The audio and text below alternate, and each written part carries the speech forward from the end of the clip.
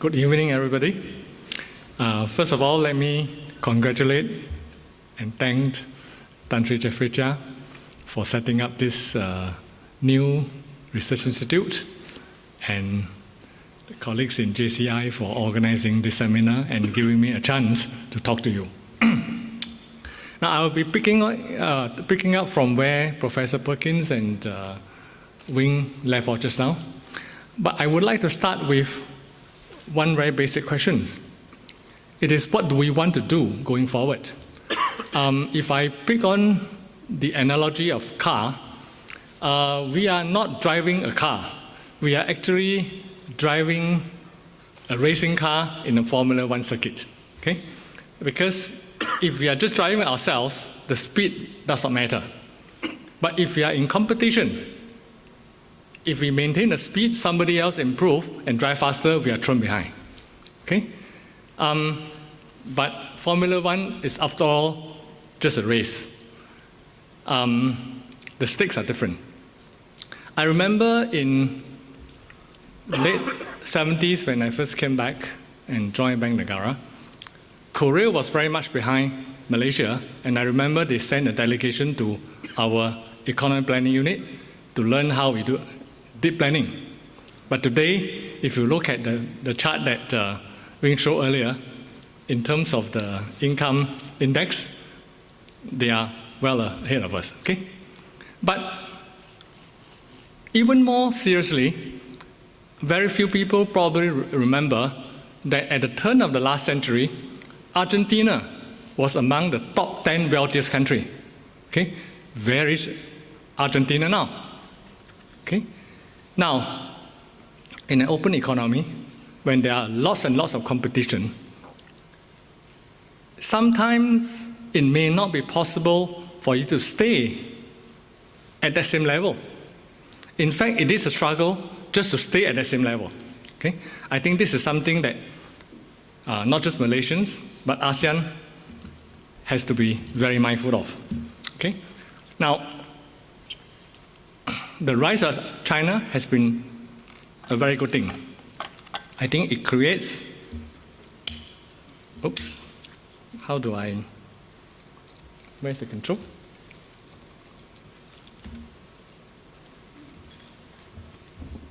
Oh, yeah, sorry. Thank you.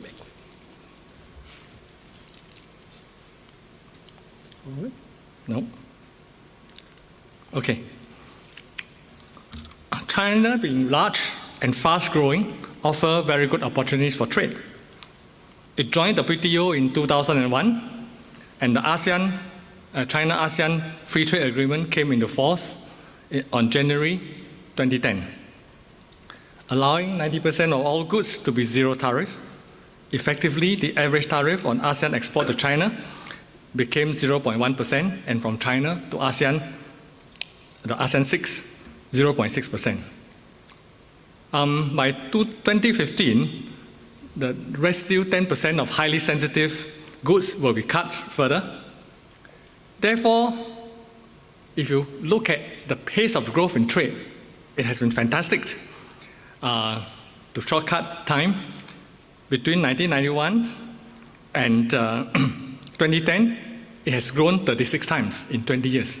I think that is a fantastically fast development by any standard. And the SecGen of ASEAN-China Center forecast a couple of years ago that two-way trade will hit 500 billion in 2015. Okay? Now, before 2006, the trade was more balanced. In recent years, China started to develop deficit against us and started to complain. But actually, there are other problems. Because China being such a big country, and this is what I would like to try to illustrate later on, everything done is big. And when they want to export, the impact is also very big. And then the squeeze on other people is also very big. Okay? Now, apart from trade, of course, the opening of China is also very good. It gives opportunity for ASEAN businessmen to also go to invest in China and make a lot of money.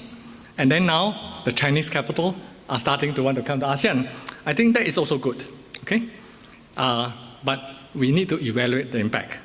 Okay? So in this limited time, what I'm trying to do is to try to integrate what I see from the micro level in operating different businesses with the changes in the macro trend. Oops. Okay, I think this graph shows how quickly China-ASEAN trade has gone up. This chart is also interesting. I pick on one key commodities that is very important in industrial development, copper consumption. Look at how fast it has gone up and how much the others who used to consume a lot are left behind. Okay? So China has become the world's largest consumer in commodities and basic products. China's population is only less than 20% of the world, but it is consuming and producing double of that in many commodities and products. It is consuming 22 million tons, or more than 40% of global copper consumption, versus only 6.6 million tons for EU and 5.8 million tons for the USA. Its production was only 18 million tons in 2011, but it is expected to hit 25.6 million tons in 2016 and 45 million tons in 2025. Okay? I mean, this reflects the kind of investment and planning of a very big country. In aluminum, similarly, already more than 40%. In steel, again, more than 40% of global demand and more than 48% of global production. As a fast developing country, the fast build-up in consumption and production is hardly surprising. And it is good for global trade and commodity producers. However, it sometimes misplaced ambitions, and I use the word misplaced, have created other major and value-destroying impacts on itself and also on competing producers. Later on, I will use a case of steel to illustrate this negative impact. This is something that I'm more familiar with.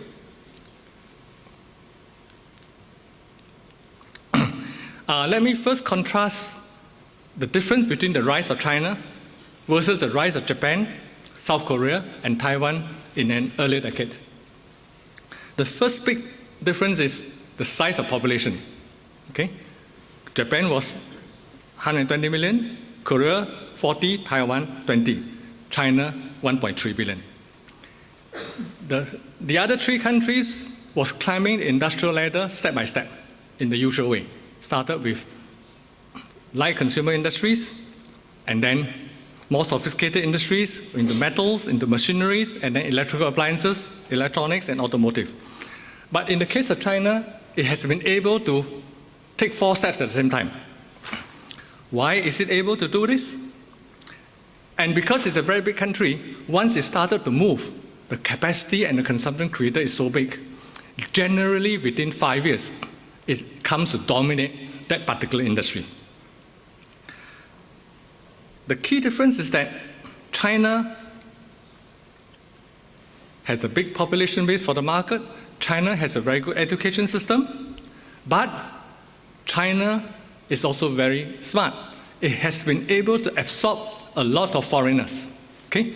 I think the relationship with Taiwan, the huge number of Taiwanese managers and technicians working in China, even people from Hong Kong, Malaysia, Singapore, there's a large number of our people working there. In my small little country, I lost 5 managers working in China. Okay? That is the kind of, I think you need to have highly skilled people to help you grow, to complement whatever you have. And I think that's something that China has done extremely well. In contrast, Malaysia, I think we are terrible. We export our highly skilled people, and we import millions of low-skilled people, okay? So I have summarized for you how China has done this fantastic leap. Now, in addition, China has a long history of entrepreneurship, right? And this long history of entrepreneurship is not likely to be destroyed in 40 years of communist rule. And they are just bubbling at the bottom, trying to come up. So the next thing is, let me try to contrast China and ASEAN. Again, same thing, some basic facts. I mentioned about population earlier. The biggest ASEAN is Indonesia, and only 240 million. Okay? Sorry, I'm going to skip the smaller countries, including Brunei and Singapore. I'm going to skip the less developed ASEAN countries. So I talk about ASEAN 3, which is Thailand, Malaysia, and Philippines. And ASEAN 6, that's when I start to include Vietnam, for example. The population are a lot smaller, okay? Infrastructure. I think the Chinese did very well by pouring a lot of money into infrastructure. It is now very well developed. Those of you who travel to China, I think the internet speed is a lot faster than anywhere here, except perhaps Singapore, okay? Most of the other ASEAN countries, infrastructure are behind. And education, I think we are generally inferior. In the case of China, many more people, even if you look at the percentage of people enrolling in secondary school and tertiary school, even if they're comparable, the large number itself, okay, allow you to be able to absorb a lot of new industries. And then, because of the market, once an industry moves, very quickly all the supporting industries move together, and the whole network of supply chain is well established. For other people who can't develop that, that quickly widened the disadvantage in competition. Okay? What are other important differences? Because of the colonial rules, in ASEAN we have a lot more work rules. China has much less. I think later on I'm going to try to illustrate that. And how does that make a difference? Okay? So if we quickly look at the macro situation, China has grown very fast, supported by manufacturing. You can see that between 83 and 98, manufacturing grew by more than 12.6%, and its GDP nearly 10%, as Professor Fang said just now. From 1999 until 2010, its GDP grew double-digit, although manufacturing slowed down. But it is supported very strongly by FDI. The relative flow of capital into China and ASEAN went from very much in ASEAN favor to the next decade, almost the same, and now it has become more than twice those coming into ASEAN. Within ASEAN, only Singapore and Thailand were able to roughly keep pace with China in terms of FDI. But even then, the manufacturing value added and GDP growth started to taper off after a while. Within ASEAN itself, as Wing has shown, the golden period was really the late 80s and early 90s for all our countries, where growth rate was relatively high, manufacturing growth rate was very, very high. But if we use 97, 98 financial crisis as a watershed, it's not because of the crisis. I think the crisis was our own doing. It's just a mark. After that, I think the whole growth slowed down. Now let me go to the micro level to illustrate what happened. Okay? Shoes, garments, electronics, test and assembly, all these are industries that are highly labor intensive. You need a lot of labor. Okay? And people are always looking for cheaper places to do them. Okay? So it started with Japan, then it went to Korea, Taiwan, and then it started to come to ASEAN, especially Malaysia, Thailand, Indonesia.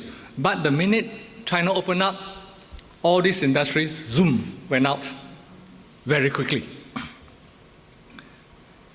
In the earlier days, in ASEAN, we only have rubber and canvas. Other key raw materials, plastics and so on and so forth, most equipment all came from either Korea or Taiwan.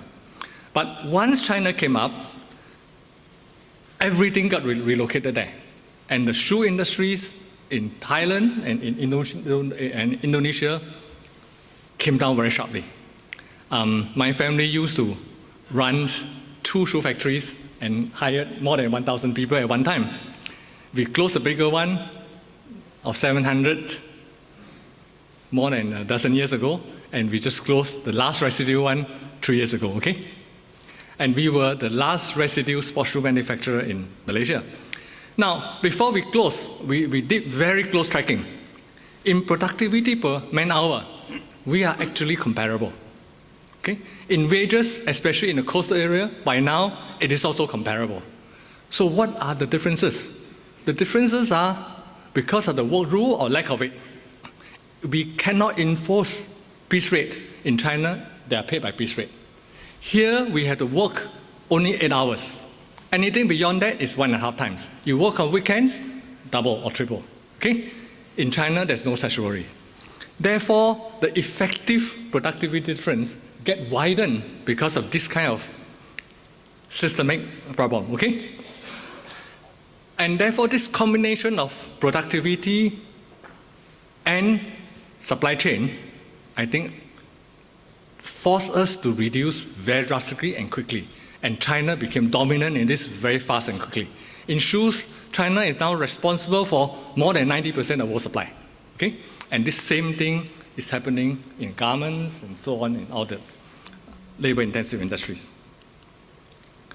Now, let me now jump to the case of steel. Okay? You can see that from the graph, there are two distinctive periods where the growth in steel consumption and supply rose very sharply. Firstly, in the 60s and 70s, when Japan, Korea, and Taiwan came up, and then in recent years, even more sharply when China came up. And you can see that within a very short period of time, and when the per capita income, okay, on the horizontal axis is per capita income, on the vertical axis, it is the per capita consumption of steel. China, at the lower level of per capita income, is already reaching the per capita consumption level of Japan. Okay? And if you talk to Chinese steel mills, and I've been having a long debate with them, oh no, we are still growing. We can go to at least 600-700 kilo per capita. After all, South Korea is more than 1,000. Okay? But what they have forgotten is that Japan, Korea are very much export-oriented. When they export, who do they export to? They're exporting to United States, EU. Okay? So that market is finite. And if you take that consumption divided by, what did I say, 100 million, 120 million for Japan, 40 million for South Korea, and if you take this same thing and multiply by 1.3 billion, I think you are completely distorting the situation. But you can say what you want. If they don't want to listen, what do you do? Okay? So the Chinese have been building a lot of capacity. Chinese capacity is already more than 1 billion ton and still growing at the rate of between 30 to 40 million ton a year. Okay? And the central government sees quite clearly this is something that is energy intensive, logistic intensive, environment unfriendly, and don't welcome it. But nevertheless, they still grow because of the support by local government. Okay? What many of us don't realize is how delegated our decision making. Okay? I think Malaysia and China in a way are too extreme. Ours are very concentrated, China very delegated. And when every local government can approve big projects and they are interested to collect taxes, and they are allowed to collect taxes, and they can negotiate with companies to alter VAT, officially 17%, that gives them a lot of incentive to promote projects. Banks can fund them. They don't have to be accountable in the sense that we have to. So that also creates a condition for overbuilding. And of course, they need employment, right?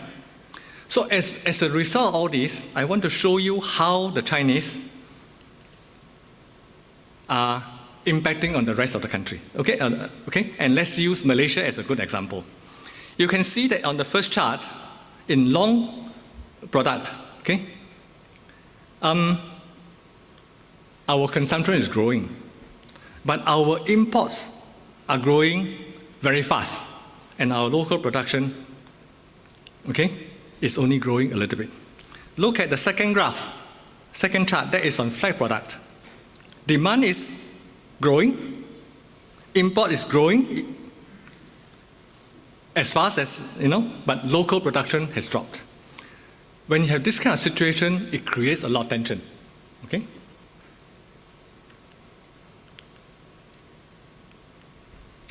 Now, let me now focus on one of the subcategory of product within long product. This is wire rod. And you can see very clearly, consumption is growing, import is growing, especially from China, right? Now, how can the Chinese rod come in so much and so strongly? There's nothing wrong with free and fair trade. But what has happened is this, okay? You look at prices, right? The line in red is Chinese price, in green is Ukraine, in blue is Turkey. Before the rise of Chinese steel, the Ukrainians and the Turks are the biggest exporter of steel in the world, and they set the price. But you see, they cannot cope with Chinese price, and the gap in price is tremendous. Now, recently, what are the prices being offered? You can see that blue is billet. Billet is the raw material. Red is the wire rod price. When your product is selling below the price of semi-finish, that means you are subsidizing. You are not even recovering your cash raw material cost. Okay? And to make things worse,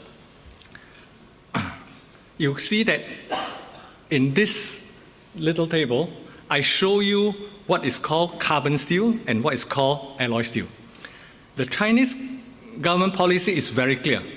They want to encourage the production and export of high-value steel and not construction steel. So if they were to export construction steel, that attracts a 5% export duty. But if you were to produce and export alloy steel, you only need to pay a lot less than the 17% VAT. There is an 11 to 13% rebate. So what did the private Chinese mill do? They're very inventive. They just added a trace of boron.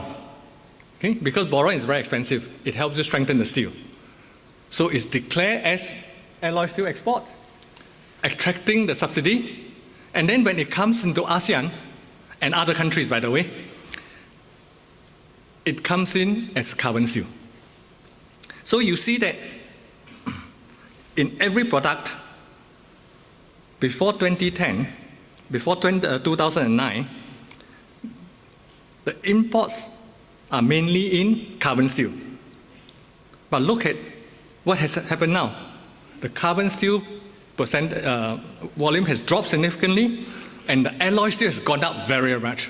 In any country, the ratio of alloy steel to carbon steel is generally not more than 20–30%.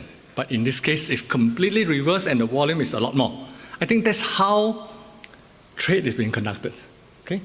And in a way, I sympathize with them because when you have so much surplus capacity, okay, you have to find an outlet.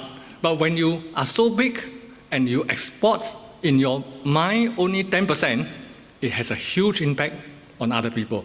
And that's why last year there were 43 trade actions against Chinese steel mills. And it will continue. Okay? Now, let me just show you. I've talked about this already, so let me skip. As a result, you look at the capacity utilization of Malaysian steel mills. Okay? 50%, 68%, even 18%, 32%. Okay? No one can survive under that circumstances. And the Chinese steel mill complain, our capacity utilization is only 72%. We must produce more. Okay? So let me conclude. Right? I have tried to summarize for you a little bit on the macro side. I've tried to illustrate for you a little bit on the micro side. Okay? The reason for bringing out the micro side and scanning for you from light industries to heavy industries is to illustrate the point I started with. Okay? That is, it's not a question that I can just walk slowly and stay put. Because whoever wants to come up, today it is China. Tomorrow it can be India. Okay? Because they are big countries. When they wake up, the impact is very different.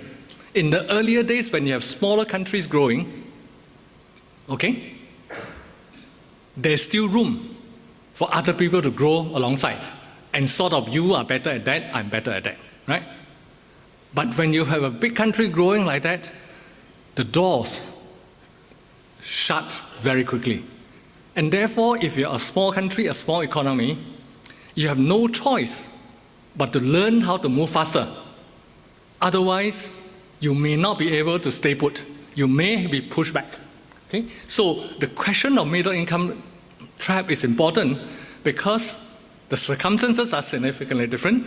You may not be able to stay at that 30% or whatever level. Okay? And what is the solution? I think the solution is very basic. Every day when we wake up and go and wash your face, you look at the mirror. I think if I were to look at the mirror and say, I'm pretty, I'm in trouble. Okay? So I think we must say that, hey, you know, I'm not so pretty after all. And then what do? I think ASEAN has to pool our resources together so that we create a big enough market. Okay? ASEAN, I've already emphasized that in the case of China, it's education. And we really have to move on education, not just in quantity, more important in quality. And last but not least, people like myself, I'm no longer an immigrant. I was born, bred here. I could have stayed in the US, I come back here. So let's not talk about you and I, okay? Because we need the entrepreneurship, tradition, and ability. It's only by pooling the combination of all these three that we have a chance, we stand a chance to move and to compete against big country and work alongside them, like China, or in the future, if India were to come up. Thank you very much.